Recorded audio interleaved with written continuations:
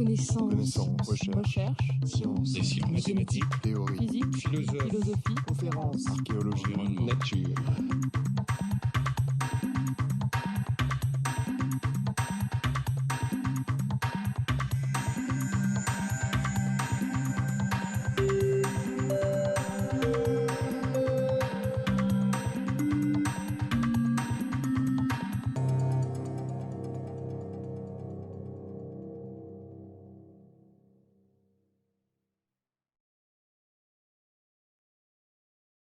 Bien, je voudrais vous accueillir aujourd'hui en tant qu'administrateur du Collège de France.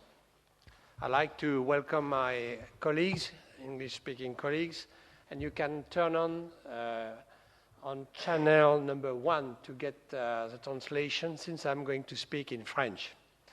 Donc, je voulais donc vous accueillir et vous dire que le Collège de France a pris plutôt des initiatives fortes au cours de ces quelques dernières années, en créant des chaires annuelles délibérément tournées vers des grands problèmes de société.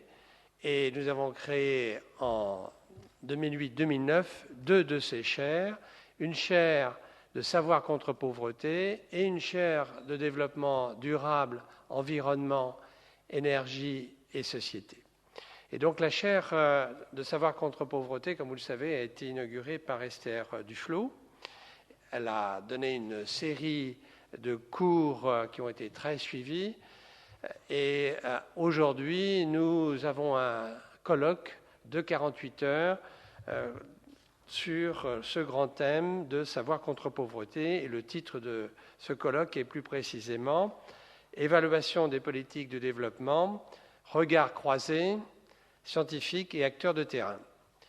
Alors je dois dire que en créant cette chaire de savoir contre pauvreté, nous savions que la diversité des acteurs, la multiplicité des intérêts, l'indispensable respect des hommes et des cultures faisaient de ce champ de l'activité humaine un des plus complexes qui soit.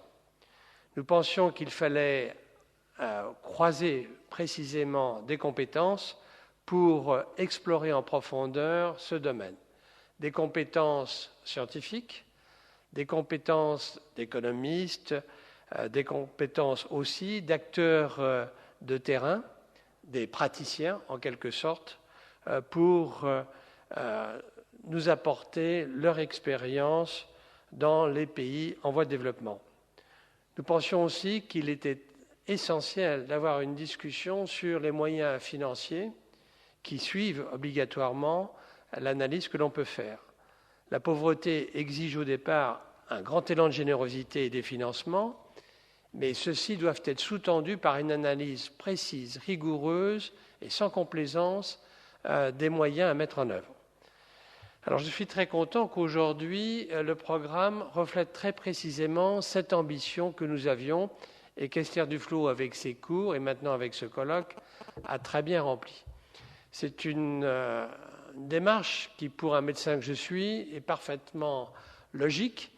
On parle de praticien hospitalier ou praticien de ville. Là, on a un praticien de terrain en matière d'économie avec une démarche scientifique qui est fondée finalement sur une analyse rigoureuse avec, en médecine comme dans le domaine précis concerné aujourd'hui, une possibilité de tirer au sort une stratégie A versus une stratégie B pour pouvoir en tirer des conclusions. Finalement, la médecine a beaucoup évolué au cours de ces dernières années avec ce qu'on appelle la médecine fondée sur les preuves, evidence-based medicine, qui est passée ensuite à evidence-based public health, la santé publique fondée sur des preuves. Et moi, je trouve que c'est un sujet passionnant que de passer à finalement des actions de terrain en matière de savoir contre pauvreté fondées sur des preuves. Maintenant, ce colloque, comme les cours d'Esther Duflo, ont, je l'ai dit, eu un retentissement formidable et nous avons pu amplifier encore ces cours grâce à leur diffusion sur le site du Collège de France. L'année dernière, nous avons eu 5 millions d'heures de cours téléchargés, toutes disciplines confondues, 5 millions d'heures de cours qui peuvent être téléchargées en podcast. Nous allons être sur la plateforme multimédia iTunes U University. Et donc, ce colloque va être disponible en français et en anglais d'ici quelques jours sur le site web du collège. Pour pouvoir réaliser tout cela, pour pouvoir inviter des collègues étrangers, il nous fallait un fort soutien et un fort intérêt pour matériellement réaliser notre ambition. Et ceci a été possible grâce à l'Agence française de développement, qui a permis très généreusement de permettre ce soutien de la chaire Savoir contre pauvreté et aujourd'hui de ce colloque. Donc je remercie beaucoup Jean-Michel Severino, qui est le directeur général de l'Agence française de développement. Et aujourd'hui, nous avons le plaisir d'accueillir Jean-Michel Debras, qui est le directeur général adjoint de l'Agence française de développement. Donc voilà, je voulais vous remercier pour tout cela, vous souhaiter un excellent colloque et je vais laisser la parole à Esther Duflo pour réellement introduire le débat scientifique d'aujourd'hui.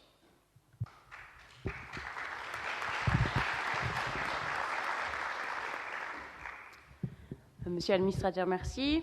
Je vais me contenter d'introduire Jean-Michel Debras, qui est le directeur général adjoint de l'Agence française du développement. L'Agence française du développement soutient cette chaire, ce pourquoi nous sommes effectivement, le Collège de France et moi-même, extrêmement reconnaissants. Mais la présence de l'Agence française du développement ici dépasse évidemment cet enjeu particulier, puisque la question les questions dont nous allons traiter aujourd'hui, la question de l'efficacité de l'aide, la question des programmes ou des méthodes les plus à même de lutter contre la pauvreté sont au cœur des métiers de l'Agence française du développement. C'est donc pour nous extrêmement important que l'agence soit représentée ici. Et c'est donc avec très très grand plaisir que nous accueillons ici Monsieur Debras. Monsieur l'illustrateur, mesdames, messieurs, chère Esther, j'apprécie évidemment d'être ici au Collège de France, dont le nom est illustre, pour évoquer avec Esther Duflo et ouvrir devant vous ce séminaire, un programme d'échange qui sera sûrement très, très passionnant. Alors, je sais qu'il est habituel, sinon obligé, de tenir de tels propos introductifs, en guise justement d'introduction à un colloque, mais je voudrais simplement vous montrer en quelques mots, qui n'ont rien de convenu, et souligner 3 points des débats que vous allez mener et qui enrichiront, je n'en doute pas, les réflexions qui sont au cœur de l'activité de l'Agence française de développement.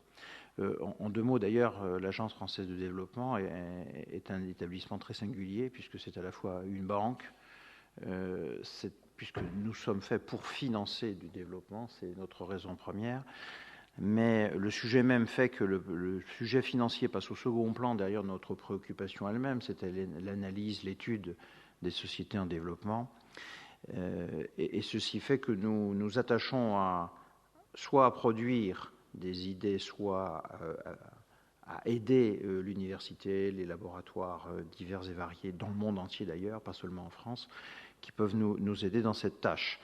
Ce qui fait que, et ce sera le dernier mot que je dirai sur l'agence, mais j'ai coutume de la présenter de la manière suivante. Vous mettiez un tiers d'administration, parce que nous sommes un établissement public de l'État français.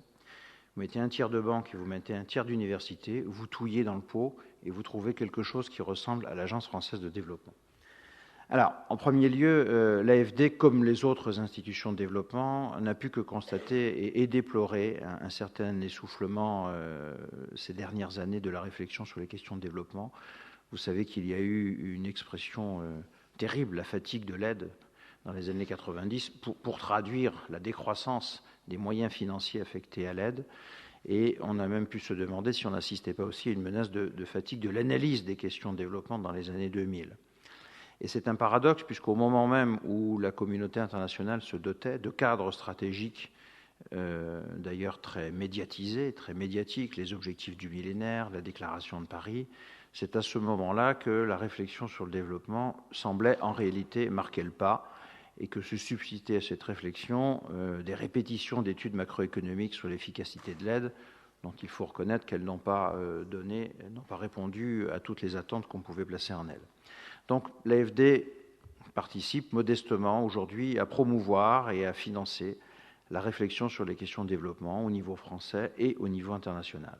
C'est dans ce cadre qu'elle a souhaité contribuer à la chaire internationale du Collège de France, dont, Monsieur l'administrateur, vous venez de tracer le contexte et la portée, afin de porter cette dimension d'analyse du développement. Et nous ne pouvons que nous réjouir, et d'une part que le Collège de France ait choisi Esther Duflo, et d'autre part qu'Esther ait choisi à son tour ce thème, savoir contre pauvreté, pour animer cette chaire. Alors, le mouvement autour de l'analyse d'impact, de l'expérimentation, dont les principaux inspirateurs sont présents à ce séminaire, fait sens dans la communauté scientifique, mais il fait sens aussi dans la communauté du développement. C'est-à-dire qu'il suscite un débat dont l'une des dimensions est extrêmement critique, ce qui est bon signe. Nous partons d'une question faussement simple. Qu'est-ce qui marche réellement sur le terrain ? Et c'est en cela d'ailleurs que le mot terrain et le jugement par le résultat de l'expérience souligne la proximité avec la médecine. Enfin, j'ai aimé votre comparaison, monsieur, parce qu'au début et à la fin, il y a une observation, une analyse, et il y a un résultat extraordinairement concret, et évidemment, les choses se compliquent entre les deux. Donc cette question faussement simple est probablement une manière de rajeunir l'intérêt international sur l'analyse du développement. Alors, cette école de pensée émerge aujourd'hui une nouvelle compréhension de la pauvreté, qui est, je dirais, l'observation, l'analyse et les causes et les remèdes à la pauvreté sont un des apports des 20 dernières années en matière de développement. On n'avait pas pris le problème par ce bout-là il y a une cinquantaine d'années, au lendemain des indépendances. Et donc, cette compréhension de la pauvreté, c'est évidemment une question morale, mais c'est aussi une question de science économique, c'est une question de science sociale. L'extrême inégalité de répartition des revenus, l'extrême inégalité de répartition des niveaux d'accès aux services exclut, comme vous le savez aussi bien que moi, des pays entiers de la communauté internationale, voire des régions ou des populations entières dans les pays en voie de développement, pas seulement en voie de développement d'ailleurs, dans tous les pays en réalité. Et la question du développement n'est pas l'apanage des pays dits en voie de développement, c'est une question qui interroge toutes les sociétés, y compris celles qui sont macroéconomiquement développées. Donc les conférences d'aujourd'hui et de demain le montreront, il y a une fois encore un retour de la conviction que la connaissance est un des principaux moyens de lutte contre la pauvreté. On ne peut pas se contenter, même si c'est si facile dans le discours politique, je dirais de généralité et de slogans, c'est un objet d'étude. Alors cette chaire, outre cette chaire, l'AFD, et c'est le deuxième point d'intérêt que je voulais marquer ici, s'est également investi avec les moyens qui sont les siens dans le financement et le pilotage d'évaluation d'impact, d'évaluation expérimentale. Nous sommes engagés dans une dizaine d'opérations d'évaluation d'impact, dont 2 reposent sur un processus d'expérimentation aléatoire. Au Maroc, sur la microfinance, avec l'association El Amana, qui est la principale association de microfinance du Maroc, et je crois que mon ami M. Abdelmouni est ici et sera à la tribune tout à l'heure, avec l'École d'économie de Paris et évidemment avec le laboratoire d'Esther Duflo. Une deuxième expérience est en cours au Cambodge, ce coup-ci sur la micro-assurance de santé, avec le ministère cambodgien de la Santé, avec l'USAID, avec Berkeley et l'université Phnom Penh. À travers ces opérations, l'AFD cherche à améliorer les effets de ses interventions en matière de lutte contre la pauvreté et plus globalement à réduire le déficit collectif de connaissances sur les impacts des politiques et des opérations de développement. Aussi, et enfin, à faire le lien entre des mondes qui ne s'ignorent pas mais ne travaillent pas spontanément ensemble, celui de la recherche et de l'évaluation d'une part, celui des politiques d'autre part. La mesure des effets des politiques mérite en effet d'être un des premiers centres d'intérêt de la recherche sur le développement et de permettre de dépasser la technique du jugement d'experts, qui n'est évidemment pas mauvaise en soi, mais qui tient lieu souvent de seuls conseils aux décideurs, et avec l'aléa que cela représente. Donc l'évaluation d'impact est pour cela une voie privilégiée qui permet de rendre conjointement l'évaluation plus rigoureuse et la recherche plus pertinente. Alors, au travers de ces cas concrets, nous explorerons davantage quelques difficiles questions dont les unes relèvent de la technique scientifique. Je parle de l'échantillonnage, des problèmes d'attribution, de la relation qu'il faut établir entre la manière d'enquêter et le résultat que l'on obtient, et sur la forme comme sur le fond, sur les personnes qui s'y livrent, mais surtout, ce qui nous intéresse au-delà de ces questions, qui en soi ne sont pas évidentes, c'est la difficile question de l'interprétation des résultats dès qu'on sort du champ de l'expérience, c'est-à-dire au regard de l'histoire des communautés, et donc en tirant dans le temps, dans le temps passé et dans le temps futur, en essayant de tirer des conséquences. Et là, les choses se compliquent encore un peu plus que pour interpréter l'expérience, qui n'est déjà pas simple. Et vous voyez évidemment en quoi une banque de développement est forcément intéressée par cela, parce que la seule démonstration possible de la pertinence de ce que nous faisons, c'est pas simplement de montrer qu'il y a des effets, mais qu'ils sont susceptibles de s'agréger, de se multiplier et de durer dans le temps suffisamment pour justifier les politiques qui sont conduites. Et donc là, il y a, au-delà de l'expérience, un second niveau de difficulté. Alors, cette rencontre entre les communautés professionnelles différentes, les scientifiques, les décideurs, les opérationnels, comme on dit dans notre métier, cette rencontre donc est au cœur de la présente conférence. Et ce sera en sorte mon troisième motif de satisfaction, que là, ça correspond parfaitement à l'obstacle que nous avons diagnostiqué quant à l'utilité, à la faisabilité des évaluations basées sur des méthodes scientifiques. Il y a là un enjeu crucial qui repose aussi sur la capacité à travailler ensemble entre les différentes parties prenantes d'une politique ou d'une opération de développement. Et l'expérience montre que ce n'est pas la chose la plus simple. Donc, me fondant sur l'expérience de l'AFD, j'aurais spontanément tendance à distinguer, non pas deux d'ailleurs, mais trois catégories d'acteurs représentés ici dans le titre du séminaire, scientifiques et acteurs de terrain.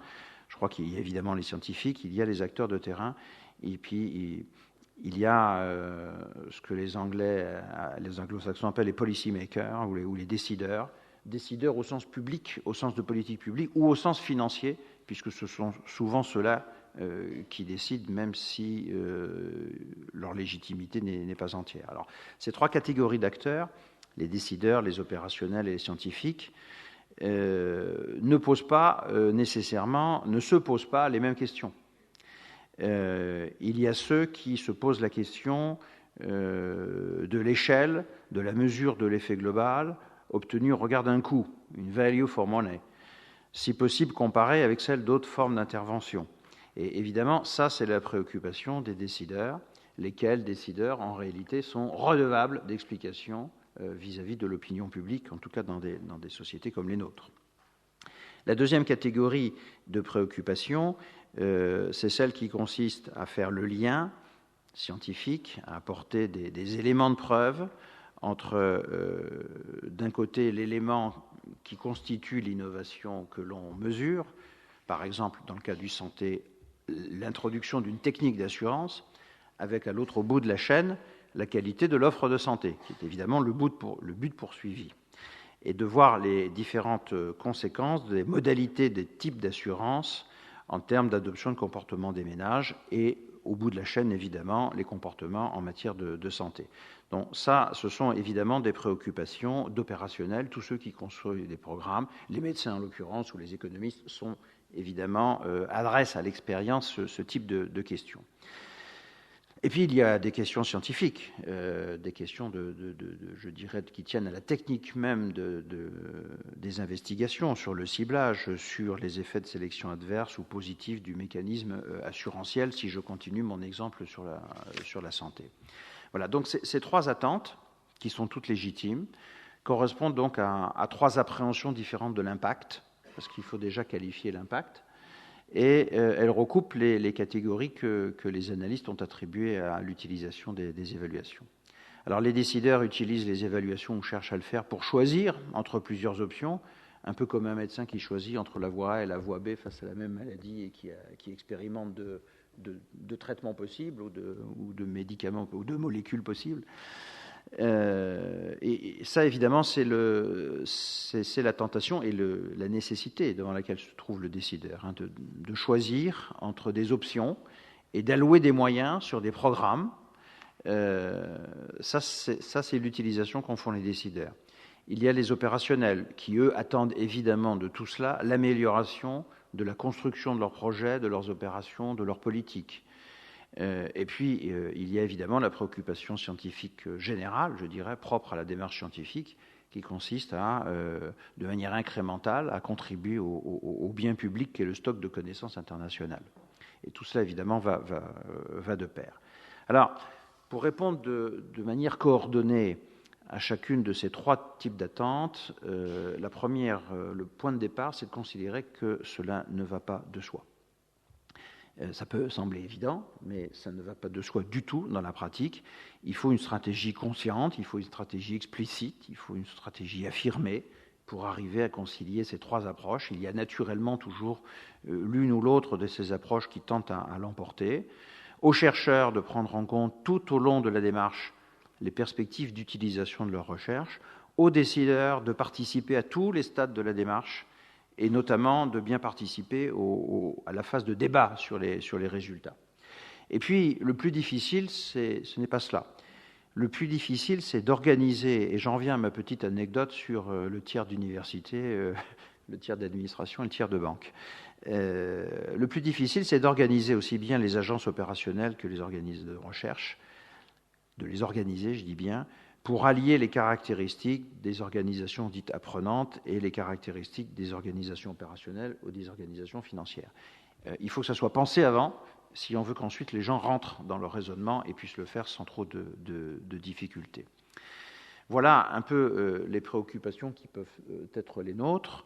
La conciliation donc de ces trois mondes professionnels, de ces questionnements sur l'impact, de ces trois attentes en matière, je dis trois pour simplifier bien sûr, en termes d'utilisation de la connaissance, nous apparaissent à nous, à l'AFD, au cœur de la réussite des opérations d'évaluation expérimentale et d'évaluation d'impact. C'est également sur cette rencontre entre décision politique, pilotage opérationnel et production de connaissances que repose, à notre avis, le mécanisme même de l'innovation.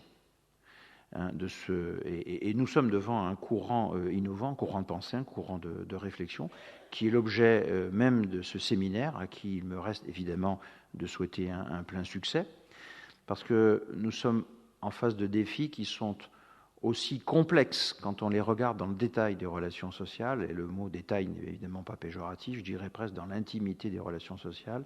Ils sont aussi complexes dans le détail, qui sont immenses, de par leur dimension démographique, territoriale, économique et évidemment financière.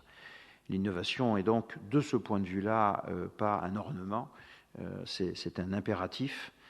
Et c'est un impératif parce que nous sommes convaincus que c'est dans ces multiples effets que Esther Duflo et ses collègues vont maintenant passer sous le microscope ou le scalpel, j'abuse de la première comparaison, c'est de ces multiples effets que naîtra forcément les combinaisons qui sont porteuses de développement. Merci.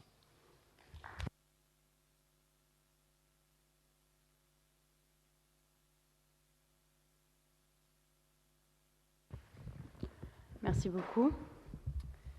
Monsieur l'administrateur, monsieur le directeur général de l'AFD, chers collègues, en particulier ceux qui sont venus de loin aujourd'hui, et chers amis,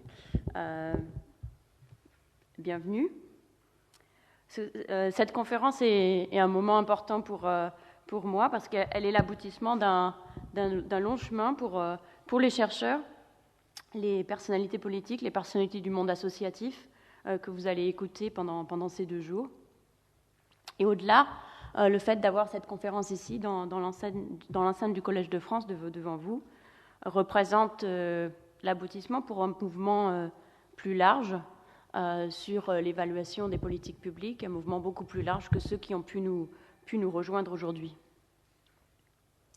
C'est un mouvement qui est fait d'étudiants, de professeurs, de personnes de terrain qui sont engagées dans la lutte contre la pauvreté et qui partagent la conviction que nous ne pourrons faire de progrès significatifs dans cette lutte que si nous sommes prêts à associer l'action et la recherche afin d'évaluer rigoureusement l'impact de programmes et d'initiatives. pour cet aboutissement, pour la possibilité qu'il ait lieu ici. Je remercie mes collègues du Collège de France qui ont eu l'idée de cette chaire, au beau titre de Savoir contre pauvreté. Donc je voulais mentionner que je n'ai pas eu l'idée de ce titre, mais ça vient bien du Collège de France. Et moi, j'ai eu la chance de l'habiter. Et l'Agence française de développement qui a eu la vision de la financer, ce qui permet de nous voir réunis tous ici aujourd'hui. Les présentations que vous verrez pendant les 2 jours qui viennent associent systématiquement un chercheur qui a participé, généralement conduit, à une étude spécifique que vous verrez sur la microfinance, sur la santé, sur l'éducation, sur la politique, etc., et un acteur de terrain. Comme vous pourrez constater si vous regardez les biographies de ces acteurs de terrain, nous allons entendre des membres des administrations, des PDG d'institutions de microfinance et des pionniers du monde associatif. Donc ces personnalités que nous aurons la chance d'écouter pendant ces 2 jours ont touché les vies, ensemble, je pense, ont touché les vies de millions de personnes. Même plusieurs d'entre eux ont touché les vies de millions de personnes, chacun d'entre eux. Et étant donné leur emploi du temps, que je connais bien, je suis touchée et extrêmement reconnaissante qu'ils nous fassent l'honneur d'être parmi nous aujourd'hui. Donc particulièrement bienvenue à tous nos collègues. Alors pourquoi avoir fait venir ces gens très occupés ? Pourquoi cette idée d'avoir un scientifique et un acteur de terrain sur chaque présentation ? Eh bien, ces regards croisés sur chaque thème, un scientifique, un acteur de terrain, ont pour but d'illustrer la fertilisation réciproque d'un regard et d'une pratique de chercheur qui a nécessairement un certain recul et de l'action de terrain qui a beaucoup plus de connaissances pratiques de ce qui se passe sur le terrain. Je l'ai développé un petit peu ces thèmes dans la leçon inaugurale en janvier. Les chercheurs peuvent guider la pratique, parfois en faisant des suggestions, plus souvent en se contentant d'évaluer les suggestions qui ont été faites par d'autres et d'essayer de comprendre pourquoi elles peuvent répondre à un problème spécifique et si, en pratique, elles sont efficaces ou pas.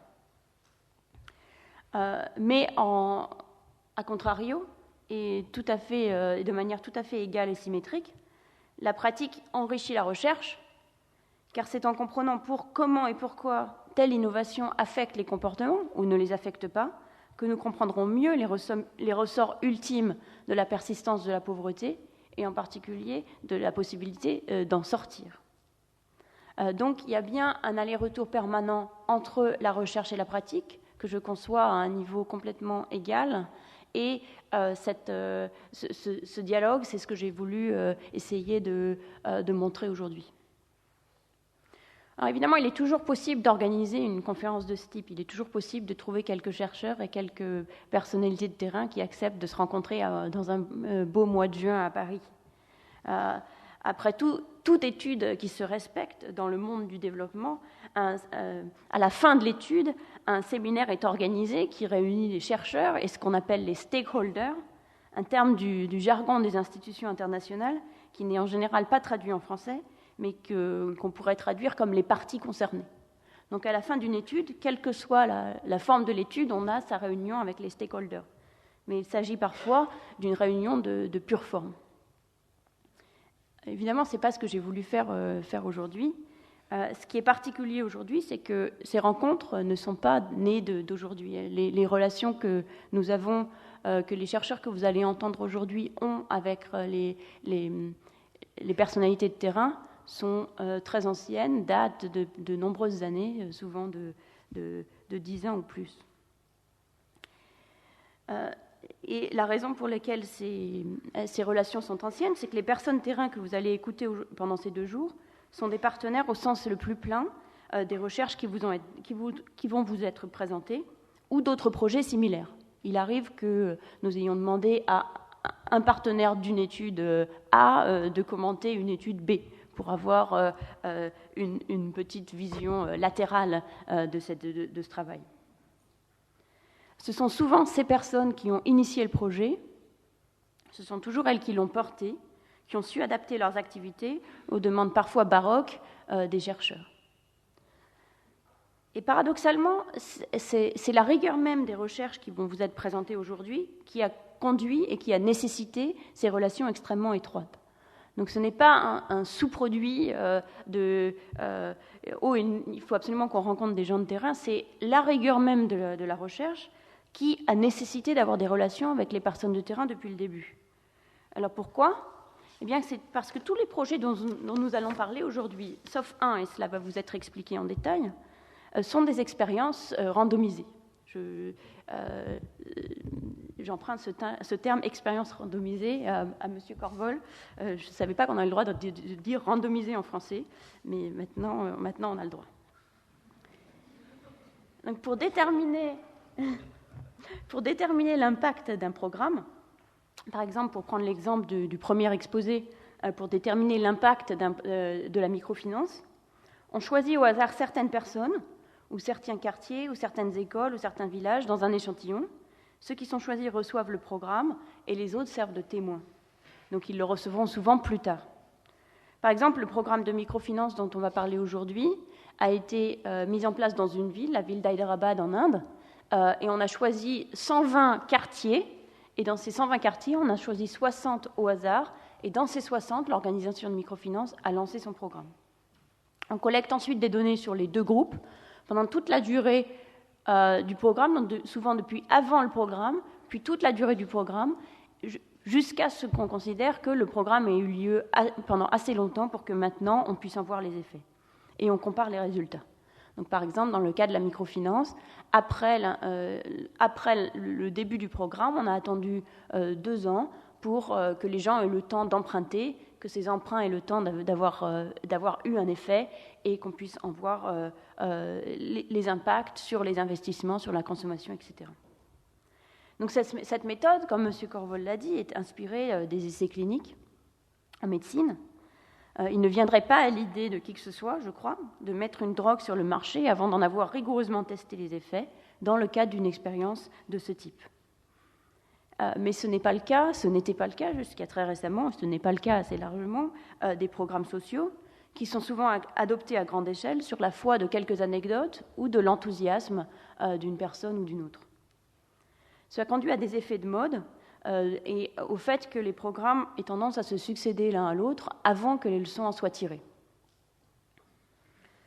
Et l'impossibilité de déterminer de manière concluante si un programme est efficace ou non conduit a pour conséquence que les discussions sur la pertinence d'adopter telle ou telle politique ont tendance à se transformer en joutes de paroles plutôt qu'en arguments fondés sur des faits et des données. Et les pertes que cela occasionne sont multiples et sont à plusieurs niveaux. D'abord, l'argent public peut être gaspillé, puisqu'ici, une partie de cet argent va dans des programmes qui, en définitive, ne sont pas efficaces. Ensuite, donc ça c'est au niveau pratique, ensuite, on perd l'occasion de comprendre mieux le comportement humain, ce qui nous permettrait de rebondir à partir de l'échec d'un programme, de manière à comprendre comment passer de cet échec à une réussite en modifiant le programme. L'échec d'un programme bien compris peut être aussi important que sa réussite tant que cet échec est analysé. Et le défaut d'analyse fait que, à la fois, les réussites et les échecs sont perdus en quelque sorte pour la postérité, puisqu'on n'en tire pas de leçons sur comment conduire mieux les politiques dans le futur, et aussi comment comprendre mieux pourquoi on en est arrivé à ce niveau de pauvreté. Le troisième niveau, c'est que le public n'est pas dupe, se décourage, et on a ce phénomène de fatigue de l'aide dont on a parlé précédemment. En ces temps de rigueur budgétaire, les nombreux débats sur l'inutilité ou même les ravages de l'aide, qu'on entend beaucoup ces temps-ci, ou les débats sur l'unité de la redistribution vers les plus pauvres, dans les pays pauvres eux-mêmes, trouvent des échos puissants dans ce genre d'argument que de toute façon, rien ne sert à rien. Donc à cause de ces 3 raisons, ne pas gaspiller l'argent public, comprendre mieux pourquoi quel programme marche ou ne marche pas, et enfin assurer un soutien plus large à des programmes d'aide, savoir mieux déterminer l'impact des mesures d'aide doit devenir une priorité. Mais pour pouvoir réaliser ces expériences rigoureuses qui nous permettront de déterminer l'impact de différents programmes d'aide, il est essentiel d'avoir une collaboration étroite entre le groupe qui met le programme en œuvre, que ce soit une ONG, un gouvernement, une banque, une entreprise privée, et un groupe qui l'évalue. Contrairement à l'essai clinique, l'évaluation d'un programme social ne se fait pas dans un laboratoire, elle se fait sur le terrain. Les chercheurs ne sont souvent pas les plus à même de mettre en place des programmes Ils sont à même peut-être de les évaluer, mais pas de les mettre en place eux-mêmes. Il leur faut donc des partenaires qui non seulement sont capables de lancer le programme, mais qui en plus acceptent les inconvénients de se plier à leurs requêtes. Donc il s'agit de la randomisation. Ça vous paraîtrait, sans connaître, on peut penser que c'est le plus difficile à accepter, mais ça ne fait que commencer à la randomisation. Une fois que la randomisation est acceptée, il faut se plier à un protocole décidé à l'avance. C'est beaucoup plus difficile de changer entre-temps le type de programme, parce que sinon on ne sait plus ce qu'on évalue. Il faut collecter de bonnes données, il faut accepter les demandes des chercheurs qui ont tout d'un coup besoin de quelque chose pour hier, de manière à finir la proposition de fonds à temps, etc. etc. Donc c'est des collaborations qui sont extrêmement intenses et qui demandent beaucoup d'efforts de la part des partenaires de terrain, que je salue aujourd'hui. Et donc, après quelques collaborations réussies entre des équipes de chercheurs et des organisations de terrain, notamment avec Pratham, une organisation extraordinaire que Rukmini Banerjee représente ici et qu'elle va nous présenter plus en détail demain, c'est pour favoriser la naissance de plus de ce type de relations et des relations plus systématiques entre des chercheurs et des partenaires que nous avons créé avec Abhijit Banerjee et Rachel Glenister, qui sont tous les deux ici aujourd'hui, le JPAL, le laboratoire d'action contre la pauvreté. Plus qu'un laboratoire, il s'agit d'un réseau. D'abord un réseau de chercheurs, c'est un groupe de plus d'une trentaine de chercheurs qui travaillent aujourd'hui sur une centaine de projets de terrain dans plus de 20 pays. Et notre ambition, en définitive, notre ambition finale, est de toucher des millions de vies, non pas directement par notre action, mais grâce à l'adoption de politiques de la lutte contre la pauvreté plus adaptées, plus efficaces et plus justes, ce qui aura été démontré dans le cadre d'un de ces projets spécifiques. Nos tout débuts, avant même la création de JPAL, ont été un petit peu difficiles. Il y a 10 ans, ou un peu plus, peu de gens pensaient que les évaluations aléatoires étaient faisables ou utiles. Nous sommes infiniment reconnaissants à nos partenaires qui, n'écoutant aucun des discours théoriques leur expliquant pourquoi cela ne pouvait jamais marcher et qu'il ne fallait surtout pas travailler avec nous, se sont lancés dans cette aventure. Ni eux ni nous n'ont jamais hésité. Il nous semblait que nous faisions ce que nous avions à faire et que nous verrons ensemble où cela nous mènerait. Après ces débuts un petit peu chaotiques, les choses se sont rapidement améliorées. Les premières évaluations, en particulier le travail avec Pratham, ayant démontré à la fois la faisabilité et l'utilité d'une telle méthode, d'autres partenaires sont accourus et nous avons pu commencer à avoir une collaboration étroite avec des bailleurs de fonds également. Donc cet enthousiasme nous a permis de créer le JPAL avec 3 buts. D'abord, réaliser des études de qualité, ensuite apprendre à d'autres à le faire, à la fois par la formation et par la pratique. Donc nous avons maintenant peut-être une petite centaine d'employés qui sont souvent de jeunes gens, certains d'entre eux sont ici, qui passent 1 an ou 2 ou plus sur le terrain à travailler sur une étude et par là même à se former à le faire. Et à changer la vie de millions de personnes en contribuant à l'adoption des programmes les plus efficaces. C'est notre 3e objectif. Donc des programmes que nos travaux ont jugé efficaces à un moment ou à un autre, certains d'entre eux dont j'ai pu parler en janvier, touchent aujourd'hui 30 millions de gens, mais nous espérons faire beaucoup plus, maintenant que nous avons un stock plus large de connaissances à faire partager. Donc dans les 2 jours à venir, vous aurez l'occasion d'écouter des descriptions de projets et des résultats dans de nombreux domaines. D'abord la microfinance aujourd'hui, la politique et la gouvernance dans l'après-midi, la santé, l'éducation, le marché du travail, qui sera d'ailleurs le marché du travail en France, donc notre exemple français.